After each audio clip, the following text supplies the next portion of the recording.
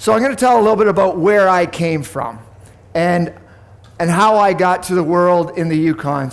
I started out hunting geese in Ontario. Grew up in farm country, like playing hockey, just normal farm kid. And I kind of wanted a little bit, I had an adventure side of me and I wanted a little bit more. I grew up, hunting whitetails and geese and ducks with my father. But there was something that was calling, and it was the wild places of the north and the wild places of the Yukon that I knew nothing about, but I just knew that there was something more for me. And I think that that's what, in the heart of it all for sheep hunters, is we believe that maybe there's just something more out there. We got to go to the mountains. The mountains are calling, and that's what happened. That's certainly what happened for me. So I had to make the decision. And the decision was to leave home, go away from everything that I knew post-university, pack up a car, drive 6,000 kilometers as far away in my country as I could go to find the allure of sheep hunting and the allure of the mountains and the kind of stories that you hear, that you read about Jack O'Connor. And I didn't even know really where the Yukon was, because where I grew up, everybody believed that that was the central of the world. And the mountains were so far away that nobody I knew, my friends had never been out west, and it was just something that was, just bigger than life. But I had to make the decision. And when I made that decision, that was one of the hardest things that I could have done throughout this whole journey, was stepping away from the known, stepping away from the comfort of home, the comfort that we all enjoy, that we all are looking for, and start the journey toward the hard miles.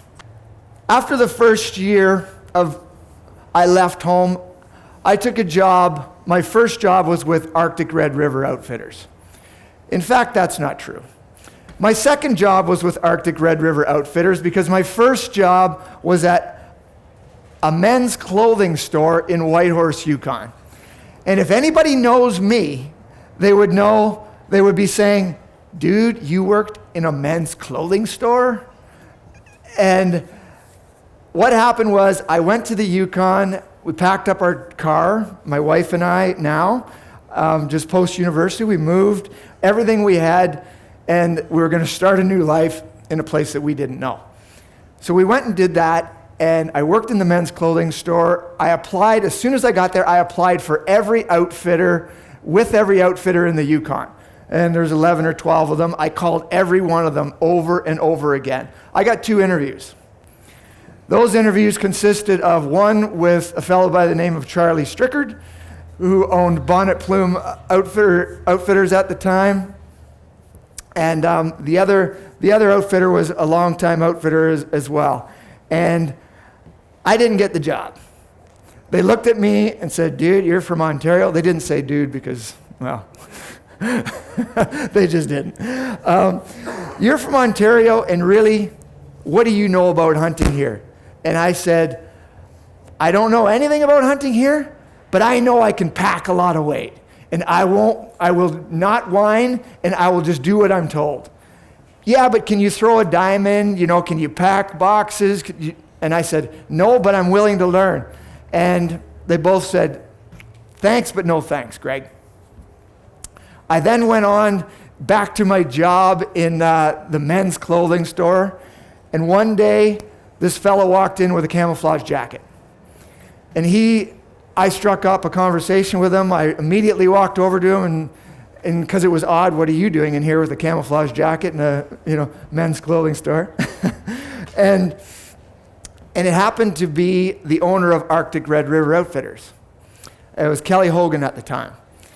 And I spent the next half an hour trying to pitch my story to him, that I'm just here for this reason, and I want to work in the bush. I want to get in the mountains, and I want to hunt moose and sheep, and I want to be part of it.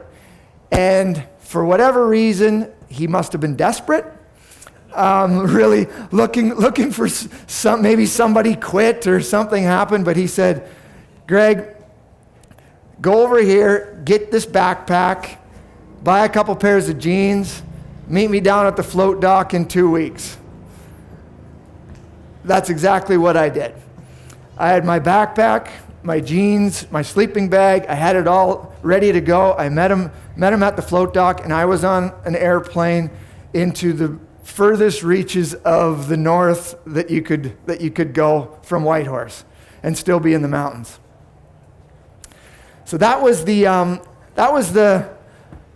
obviously the turning point for me, but it all started with the decision to leave home and making that hard decision to move on.